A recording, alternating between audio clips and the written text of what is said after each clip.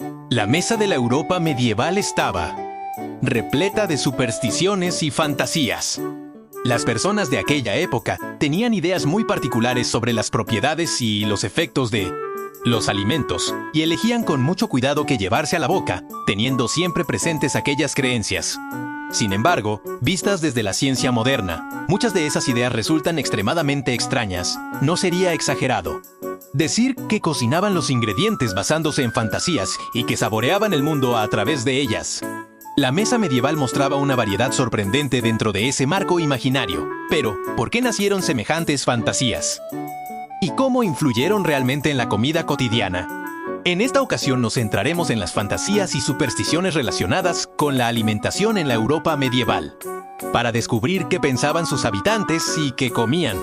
Increíbles supersticiones y la sabiduría de personas que, aun condicionadas por ellas, idearon toda clase de recursos. Ante nosotros aparece un paisaje culinario completamente distinto del actual, casi propio de otro mundo.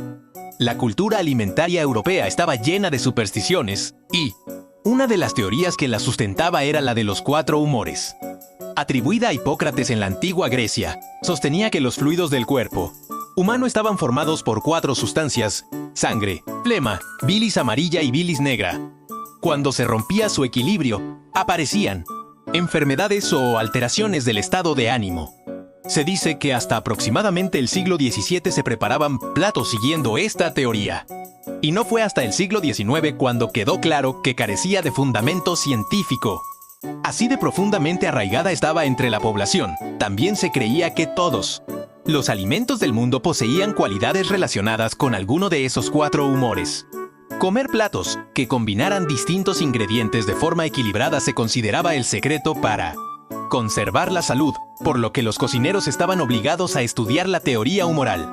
Los médicos invitados por la nobleza también supervisaban comidas o escribían recetarios y naturalmente elaboraban sus propuestas basándose en los 4 humores. Además, después de tragar la comida, se consideraba que las transformaciones que ocurrían en el vientre eran una continuación de la cocina. Por eso no bastaba con preparar correctamente los alimentos, también era importante llenar el estómago en el orden adecuado para que los nutrientes pudieran absorberse bien. Por ejemplo, primero se ingerían alimentos fáciles de digerir y después se pasaba poco a poco a platos más pesados y saciantes. Si se hacía al revés y se introducía primero algo difícil de digerir, se pensaba que ese alimento se hundiría hasta el fondo del estómago, bloquearía el conducto digestivo, se pudriría dentro del cuerpo y atraería humores dañinos. De ahí que se prestara muchísima atención al orden de los platos y que también fuera esencial evitar combinaciones cuyas cualidades no fueran compatibles. Así, bajo la complicada teoría de los 4 humores, las personas medievales tenían que pensar en muchas cosas antes de llevarse un bocado a la boca. Esto ya debía de complicar enormemente la labor de los cocineros. Pero la composición de una comida era todavía más compleja. Junto a los 4 humores, existían otras 2 ideas fundamentales: los 4 elementos y la gran cadena del ser. Los 4 elementos, formulados en la antigua Grecia, eran las 4 sustancias que componían el mundo: tierra, agua, aire y fuego. La gran cadena del ser era, dicho de forma sencilla, una jerarquía de los seres y de todo lo existente. Según esta idea, Dios, creador de todas las cosas, había asignado un orden alto, cuanto existía en el mundo. Las personas medievales comprendían la realidad combinando ambas teorías. Los elementos se situaban de abajo, arriba, como tierra, agua, aire y fuego. Aunque pueda parecer complicado, la lógica era sencilla: cuanto más cerca del suelo se encontraba algo, menor era su rango, y cuanto más cerca estaba del cielo, más elevada era su posición. Como se creía que Dios habitaba por encima del cielo, los seres próximos a ese lugar podían verse con mayor facilidad como criaturas amadas por Él. Apliquemos ahora este razonamiento a los alimentos. A la tierra correspondían las verduras y las frutas, mientras que al agua pertenecían los peces y los mariscos. El aire correspondía a las aves. ¿Y el fuego? Evidentemente no existen criaturas envueltas en llamas, así que en ese nivel se colocaban seres imaginarios como las salamandras. Pero al organizarlo de este modo aparece un problema: animales tan consumidos como las vacas y los cerdos no encajan en ninguna categoría. Las personas de la época se enfrentaron al mismo dilema y llegaron a una conclusión parecida. A esta, bueno, no está muy claro, pero podrían estar entre el agua y el aire. Así, los mamíferos terrestres fueron tratados como seres intermedios entre los peces y las aves. Al combinar los 4 humores, los 4 elementos y la gran cadena del ser, la sociedad medieval estableció una jerarquía de los alimentos. La necesidad de esa jerarquía estaba relacionada con la rígida división de clases. Nobles y campesinos eran considerados seres completamente distintos. Se creía, por ejemplo, que el aparato digestivo de los nobles y de los altos miembros del clero era más delicado que el de la gente común y los campesinos, y que para mantener un cuerpo refinado necesitaban alimentos de mayor calidad. Por ello, las personas de alto rango debían comer alimentos elevados, mientras que las de rango inferior debían consumir alimentos inferiores. La comida servía así para marcar claramente las diferencias sociales y funcionaba como un importante indicador de estatus. Hacia el final de la Edad Media, algunos comerciantes acumularon riqueza y empezaron a imitar a las clases altas con banquetes lujosos. Los nobles reaccionaron advirtiendo de los peligros de comer de una forma impropia del propio rango e incluso aprobaron normas para limitar el lujo de las comidas populares. Esto demuestra hasta qué punto se consideraban seres especiales. En resumen, las cualidades y la jerarquía de los alimentos se interpretaban mediante fantasías como los 4 humores, los 4 elementos y la gran cadena del ser. Naturalmente, las propiedades y rangos establecidos a partir de esas ideas también estaban llenos de fantasía. Empecemos por el nivel más bajo de la alimentación, la tierra, situada en la parte inferior de la jerarquía medieval. A este nivel pertenecían principalmente las verduras. Como ya hemos visto, se consideraba que, cuanto más alto se encontraba algo sobre el suelo, más elevada era su categoría. Las verduras, en cambio, crecían a ras de tierra o incluso debajo de ella, de modo que eran despreciadas por la nobleza.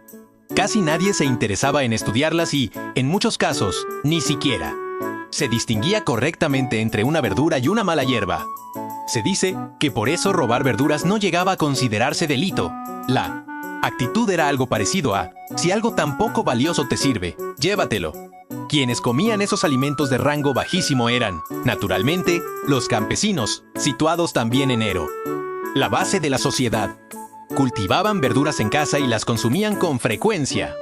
Uno de sus platos habituales era una sopa en la que se cocían juntas muchas verduras, nutritiva y nada desagradable de sabor. Nosotros podemos comprender perfectamente su atractivo. Sin embargo, la nobleza las evitaba porque no eran apropiadas para personas de alta condición. Con el tiempo surgieron fantasías negativas sobre ellas. Un erudito del siglo XIII afirmó que la col volvía melancólica a la gente y que el nabo era tan difícil de digerir que solo una persona de conducta vulgar comería una verdura semejante. Según la teoría de los 4 humores, las verduras también eran comida para enfermos, y las verduras crudas se despreciaban porque parecían platos sin trabajo ni elaboración. Entre todas ellas, las legumbres y las raíces tenían una reputación especialmente mala, pues, al crecer dentro o muy cerca de la tierra se consideraban todavía más inferiores.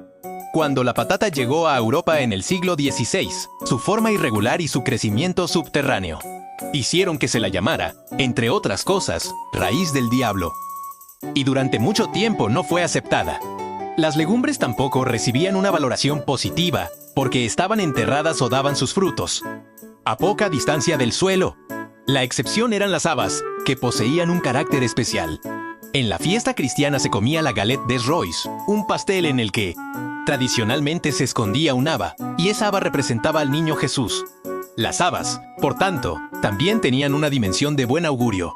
Se decía incluso que, si se ofrecían en una boda, uno de los antepasados podía entrar en el haba y devolver a la vida a los ancestros. Las frutas también pertenecían al elemento tierra, pero como crecían en los árboles se consideraban relativamente más elevadas. Entre las frutas representativas de Europa se encuentran la uva y la manzana. La uva era muy apreciada, sobre todo para elaborar vino, aunque hablaremos del alcohol más adelante. En cuanto a la manzana, hoy todos la reconocemos como el fruto prohibido del Antiguo Testamento, de modo que podríamos imaginar que ya entonces era una fruta de enorme importancia. Sin embargo, la Biblia no afirma en ningún lugar que el fruto comido por Eva en el jardín del Edén fuera una manzana. A lo largo de la historia se discutió si podía tratarse de una uva o de un higo. Aún así, terminó imponiéndose la imagen de la manzana como fruto prohibido. Se dice que esto se relaciona con los numerosos significados que había adquirido. En las regiones celtas, por ejemplo, se consideraba una fuente de juventud eterna. También se contaba que en algún lugar existía la isla de Avalon, llena de manzanos, donde descansaban los reyes y héroes fallecidos. Por ello, Avalon llegó a entenderse como una isla que conectaba a los seres humanos con los dioses. A partir de esa imagen aparecieron otras historias. Se decía que en Avalon vivían hadas que, cuando encontraban a un hombre de su agrado, lo atraían con una rama de manzano. La imagen empezaba a acercarse cada vez más a lo prohibido. Más adelante, la manzana quedó asociada al cortejo amoroso y surgieron costumbres como regalar manzanas de una mujer a un hombre, pues se creía que la fruta tenía el poder de unir fuertemente a ambos sexos. Una vez convertida en símbolo de unión amorosa, adquirió también una atmósfera erótica y una imagen transgresora. A finales de la Edad Media se utilizaba para representar los pechos femeninos y se la relacionaba con la lujuria, la traición y el engaño. Así terminó convirtiéndose en el fruto prohibido. También se dice que la fruta que casi acaba con la vida de Blancanieves fue representada como una manzana porque esa imagen negativa ya estaba firmemente establecida. Hasta ahora hemos hablado de distintos alimentos vinculados con la tierra, pero queda uno, especialmente singular: los cereales. En Europa se cultivaban trigo, centeno, cebada y muchas otras variedades. Los cereales eran inseparables de la vida de todos, desde los campesinos hasta la nobleza, porque eran la materia prima del pan. Desde la antigüedad hasta nuestros días, el pan ha seguido siendo un alimento básico del mundo europeo. En la Edad Media, además, se trataba como algo sagrado. Al observar cómo se hinchaba durante la cocción, las personas relacionaban ese proceso con el ascenso del sol y entendían que el sol transmitía fuerza vital a las plantas. El crecimiento de la masa también se vinculaba con el embarazo femenino, por lo que el pan se hizo todavía más sagrado como símbolo de vida. Aparece repetidamente en la Biblia y desempeñaba un papel esencial en el cristianismo. En las reuniones cristianas se repartía con frecuencia la hostia, un pan redondo elaborado solo con agua y harina, sin levadura, que se consideraba el cuerpo de Jesucristo. Tal vez muchos piensen que identificar el pan con Cristo suena extraño. Sin embargo, en el siglo XIII se produjo una disputa entre teólogos sobre si el pan eucarístico era realmente el cuerpo de Cristo, y venció la postura que afirmaba que sí lo era. Esto elevó todavía más su valor religioso. Cuando la hostia fue reconocida como cuerpo de Cristo, el pan común también empezó a verse como algo sagrado. Al cortarlo se marcaba una cruz en su superficie. Se comprobaba que no estuviera colocado al revés y debía dejarse sobre un paño. En cualquier caso, el pan era necesario para todos y era apreciado tanto por campesinos como por nobles. Pero dentro de aquella sociedad surgía una pregunta: ¿podían campesinos y nobles comer exactamente lo mismo? Si se había establecido una jerarquía alimentaria y cada clase debía consumir productos diferentes, ¿aceptaría la orgullosa nobleza compartir el alimento básico más consumido? Naturalmente, no lo aceptó. Con la idea de que no podían comer lo mismo que la gente de abajo, dividieron el pan en dos categorías: pan blanco para la nobleza y pan negro para el pueblo. El pan blanco se elaboraba con trigo de buena calidad. El negro, en cambio, incluía centeno, cebada y otros cereales, por lo que adquiría un color más oscuro. Como el blanco simbolizaba pureza y nobleza, se consideraba apropiado para aristócratas y gobernantes. El pan negro, de aspecto impuro, quedaba reservado a las clases bajas. Por eso los habitantes de las ciudades tamizaban repetidas veces los cereales, intentando que su pan se pareciera al blanco y les diera una apariencia más distinguida. Así, incluso dentro de los alimentos de la tierra, el trato variaba enormemente según las imágenes asociadas a cada producto y la influencia de la religión. Aún así, muchos alimentos terrestres eran despreciados. Justo por encima de la tierra se situaba el agua, es decir, los peces, pero la idea medieval de pez era distinta de la actual. Para nosotros es un animal con branquias, escamas y aletas que vive en el agua. En la Edad Media, en cambio, se llamaba pez a todo ser que no fuera terrestre, por lo que ballenas y delfines también se incluían en esa categoría. Y no era la única diferencia. Aunque hoy el pescado se consume con gusto en todo El mundo, entonces, no gozaba de especial popularidad. El motivo era, una vez más, su posición jerárquica. No ocupaba el nivel más bajo, pero estaba en el segundo, desde abajo, así que no inspiraba una buena imagen. Según algunos médicos medievales, el color rojo y la grasa de la carne alegraban el ánimo, mientras que la carne blanca del pescado evocaba frío y entristecía a quien la comía. También se consideraba menos nutritivo. Por tanto, no era un alimento apreciado, aunque tampoco estaba ausente punto de la dieta. Al contrario, se consumía en grandes cantidades, por una razón que veremos más adelante. Por encima del agua estaba el aire, y allí se situaba la carne. Sobre el aire se encontraba el fuego, pero como en ese nivel solo se colocaban criaturas imaginarias, como las salamandras, los alimentos reales de rango más elevado eran los pertenecientes al aire. Hablemos entonces del rey de la alimentación medieval, la carne. Se dice que los pueblos germánicos llevaron a Europa una cultura centrada en su consumo. En la antigua Roma también se comía carne, por supuesto, pero las verduras ocupaban igualmente un lugar importante. Los germanos que acabaron con el Imperio Romano, en cambio, creían que comer carne proporcionaba energía y capacidad para luchar. Así, al llegar la Edad Media se consolidó una cultura que evitaba las verduras y ensalzaba la carne. Para los nobles, la cantidad que podían comer era una prueba de su condición aristocrática. Consumir grandes cantidades era un honor y un símbolo de estatus. Se llegó a pensar que quien no pudiera comer mucha carne no era digno de ser rey, e incluso que quien no la comiera jamás podría convertirse en monarca. Como resultado, el consumo medieval alcanzó proporciones enormes. Los nobles celebraban banquetes casi a diario y devoraban grandes cantidades. Sin embargo, no servía cualquier preparación. La carne simplemente asada se consideraba bárbara, por lo que a veces se hervía primero y después se asaba al fuego. Había, por tanto, cierto cuidado en la forma de cocinarla. También importaba el tipo de animal. Aunque la carne de vacuno era la más común, se valoraba comer animales menos habituales, como ciervos, jabalíes y determinadas aves. Esas carnes solo podían obtenerse mediante la caza, que era un privilegio de la nobleza, y por eso las piezas cazadas tenían un gran valor. La caza en el bosque se entendía además como una forma de entrenamiento para la guerra. La presa era el orgullo del guerrero y, sin importar demasiado su sabor, se consideraba valiosísima. Se cuenta que Carlomagno comía todos los días carne de animales salvajes preparada en un espetón y que prefería las piezas obtenidas en la caza a otros platos. Carlos VI, por su parte, mantenía a más de 30 cazadores y sentía una gran pasión por la carne de animales salvajes. Debido a su sabor lleno de fuerza natural, se creía también que producía excitación y tenía efectos fortificantes. Como todo lo cercano al cielo poseía mayor valor, la carne de ave era muy cara y muy apreciada por la nobleza. Al pensar en aves voladoras podríamos imaginar halcones o águilas, pero casi nunca se comían. Era más habitual criarlos como animales de compañía. Las aves destinadas a la mesa solían ser especies más pequeñas. En el extremo contrario, los animales que se arrastraban por el suelo, aunque pertenecieran en teoría al aire, se consideraban habitantes del territorio donde actuaba el demonio. Por eso serpientes y topos podían verse como criaturas detestables. Algunas religiones prohibían el consumo de carne, pero el cristianismo medieval no lo consideraba especialmente problemático. De hecho, predominaba la idea de que los animales nacían para convertirse en alimento de los seres humanos y que, por tanto, matarlos no planteaba ningún problema. Es una visión profundamente antropocéntrica que deja entrever un aspecto aterrador de la humanidad.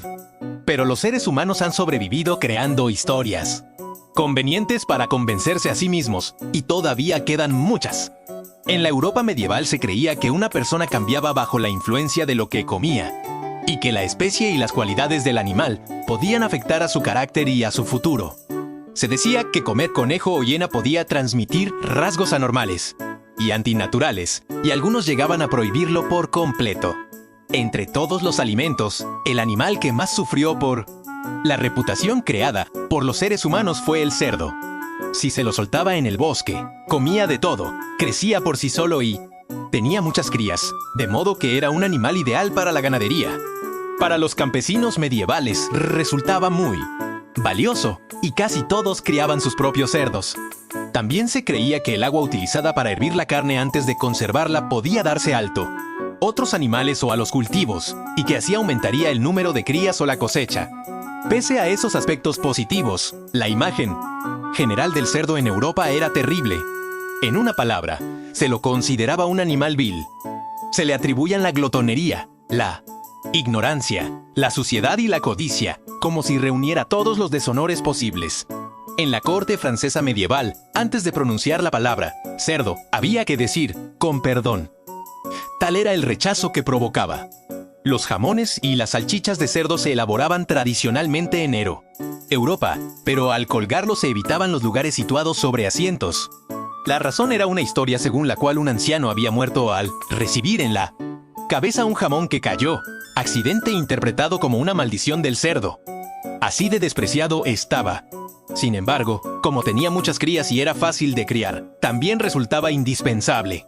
Y, por supuesto, su carne era sabrosa, algo que nosotros conocemos perfectamente. Por eso incluso los nobles acababan comiendo mucho cerdo, amaban la carne y, ante un plato delicioso, preferían cerrar los ojos a su supuesta vulgaridad. Los nobles medievales consumían, por tanto, enormes cantidades de carne todos los días, pero hacerlo planteaba un problema: la conservación. No existían aparatos como nuestros frigoríficos, así que solo podían salar o secar la carne. Sin embargo, la carne salada o seca no resultaba tan sabrosa como la fresca. Querían conservarla lo más fresca posible, pero al dejarla sin tratamiento su estado empeoraba rápidamente.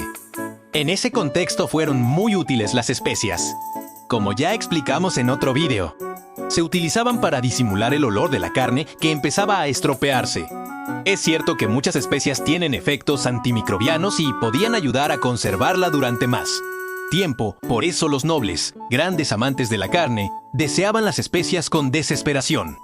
Se convirtieron en objetos de admiración y acabaron originando numerosas historias. Las principales especias apreciadas en la Europa medieval eran la pimienta, el azafrán y el jengibre, consideradas las tres grandes especias. También eran valiosas la nuez moscada, el clavo y la canela. Los nobles bebían, por ejemplo, vino dulce preparado con canela como sustituto de una medicina. En aquella época era muy frecuente utilizar las especias como remedios. Incluso se difundió la superstición de que el azafrán era eficaz contra el escorbuto, enfermedad que había atormentado a la humanidad desde antiguo. Otro elemento muy relacionado con la vida medieval era la rosa. Se vertía agua de rosa sobre carnes y postres porque se consideraba que aportaba un aroma fresco y noble. Griegos, romanos y pueblos germánicos habían concedido gran importancia a esta flor, que con el tiempo llegó a representar a la Edad Media. La rosa roja empezó a relacionarse con la sangre de Cristo, y la Virgen María también fue simbolizada mediante rosas. De ese modo adquirieron una enorme importancia dentro del cristianismo y terminaron incorporándose a la comida.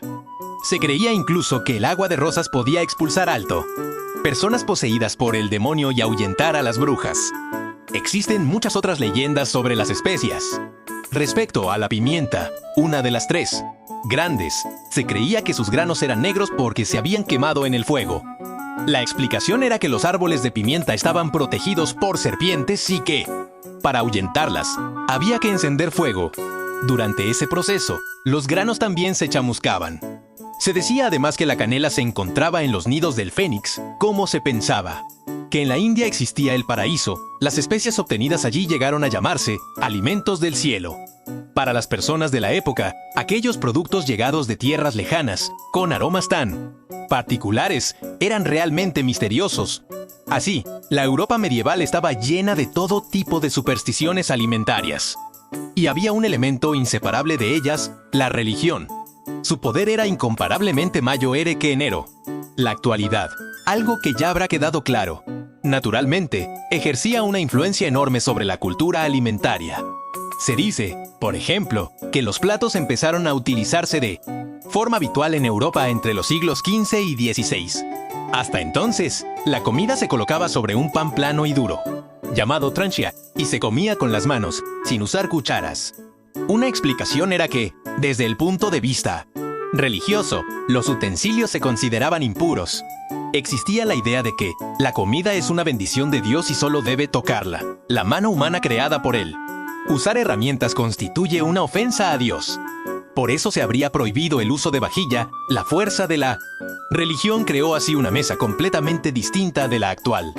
Dentro del cristianismo había 3 alimentos especialmente importantes: la miel, el aceite de oliva y la leche. Los 3 aparecen con frecuencia en el Antiguo Testamento, lo que muestra su valor sagrado.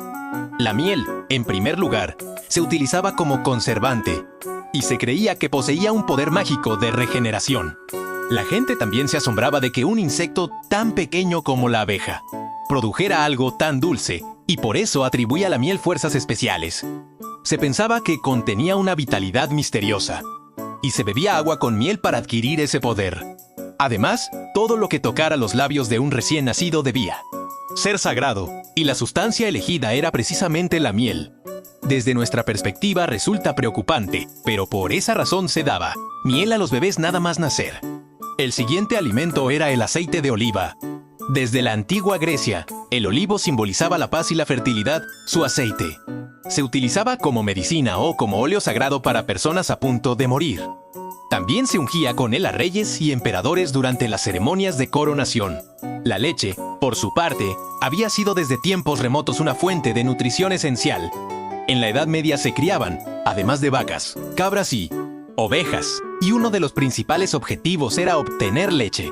Se consideraba que la leche era un líquido de fertilidad que fluía de los animales o incluso de la propia tierra.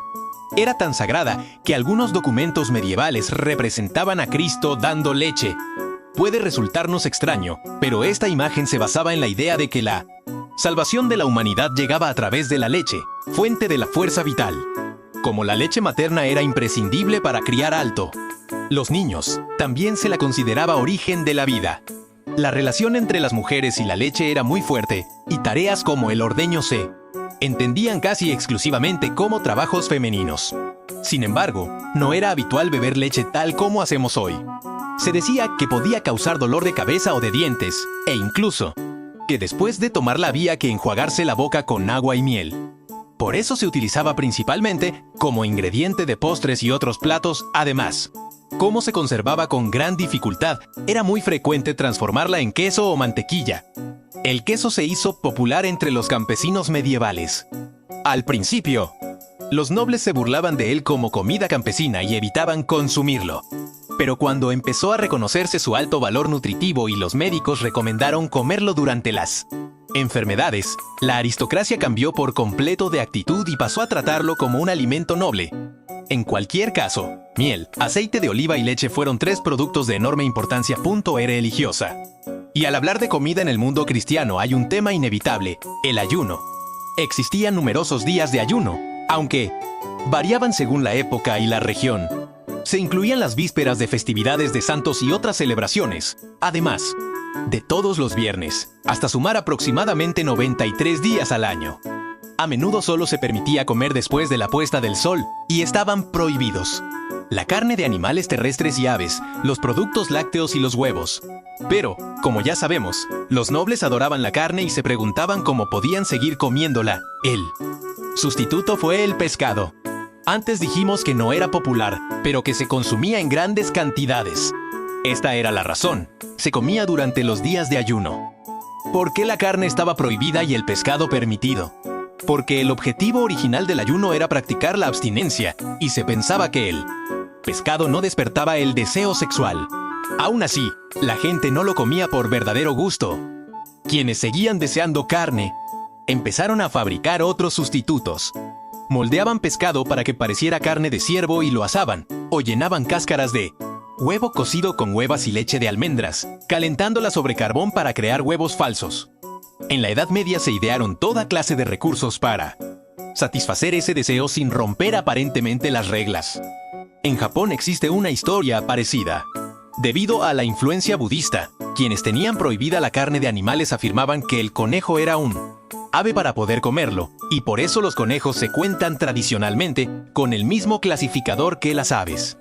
Algo muy similar ocurrió en Europa. Un ejemplo es el castor, abundante desde el norte de Europa hasta Alemania. Además de su piel, se apreciaba su carne, que según se decía tenía un sabor parecido al atún o a la anguila, especialmente en la cola.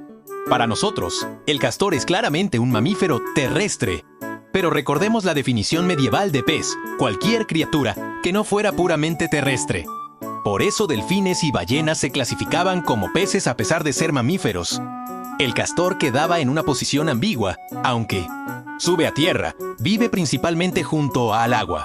Aprovechando esa ambigüedad, se decidió que el castor era una criatura intermedia entre bestia y pez, por eso se consumió mucho, especialmente en Alemania, y se dice que los monjes también lo comían con gusto.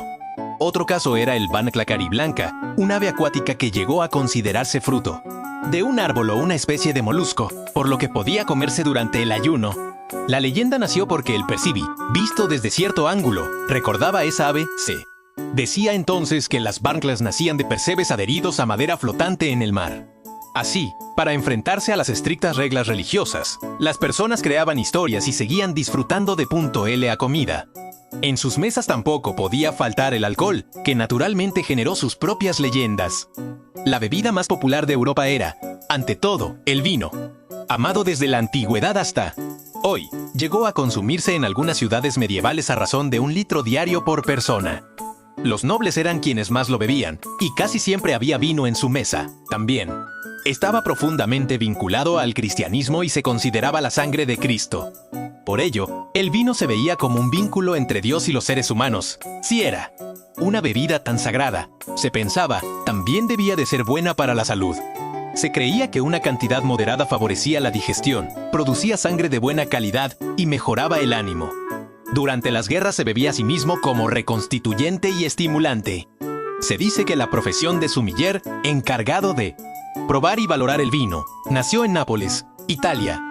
Como en la Europa medieval eran frecuentes los asesinatos mediante veneno enero, las bebidas, el Saml habría surgido originalmente como catador de seguridad. Para detectar el veneno se utilizaban objetos como cuernos de unicornio o instrumentos llamados lengua de serpiente. Como los unicornios no existían, los supuestos cuernos eran en realidad colmillos de nárbol. Se creía que, al verter vino envenenado sobre ellos, el líquido comenzaría a formar espuma. La llamada lengua de serpiente también debía reaccionar ante el veneno. Aunque el vino había sido amado desde la antigüedad, pudo desaparecer durante el colapso del Imperio Romano. Los pueblos germánicos, que asumieron el liderazgo de Europa, preferían la cerveza. Además, el clima del norte donde vivían no era adecuado para cultivar uvas, de modo que el vino les resultaba poco familiar. Sin embargo, al extenderse el cristianismo entre ellos, el vino sobrevivió gracias a su uso enero, los rituales religiosos. En la antigua Roma también se bebía cerveza, considerada un regalo de los dioses. Era comprensible, un líquido aparentemente abandonado se convertía en una bebida deliciosa y, al beberla, producía embriaguez y alegría. Para la gente de la época debía de ser un fenómeno misterioso. Por eso la cerveza se utilizó ampliamente como afrodisíaco, remedio digestivo, fortificante e incluso medicina contra inflamaciones. Además del vino y la cerveza, los destilados también se hicieron populares en la Europa medieval. Se dice que la técnica de destilación fue descubierta accidentalmente en el siglo VIII por el alquimista Avenarian. Entre los siglos XI y XIII se extendió por Europa, y monjes italianos comenzaron a elaborar licores a partir de uvas. Al principio, estas bebidas se llamaban agua de vida, y se trataban como medicinas muy poderosas. Se afirmaba que servían contra las fiebres y la diarrea, y que incluso reducían la melancolía. Un médico del siglo XV recomendaba beber cada mañana media cucharada de destilado, porque prevenía enfermedades, permitía trabajar de buen ánimo y hasta daba a una persona moribunda fuerzas para pronunciar unas últimas palabras. Así, la mesa medieval estaba coloreada por innumerables relatos. Si lo pensamos, nosotros también comemos determinados platos para atraer la victoria o tomamos fideos de fin de año para sentir el paso de las estaciones. Disfrutamos de la comida valorando información que va más allá del sabor y el aroma. Quizá las personas de una época sin ciencia desarrollada disfrutaran de una mesa todavía más llena de colores que la nuestra. La historia del mundo continúa envuelta en misterios. Sigamos emprendiendo juntos un viaje para descifrar los misterios del mundo. Nos veremos de nuevo en la próxima aventura. Muchas gracias por acompañarnos.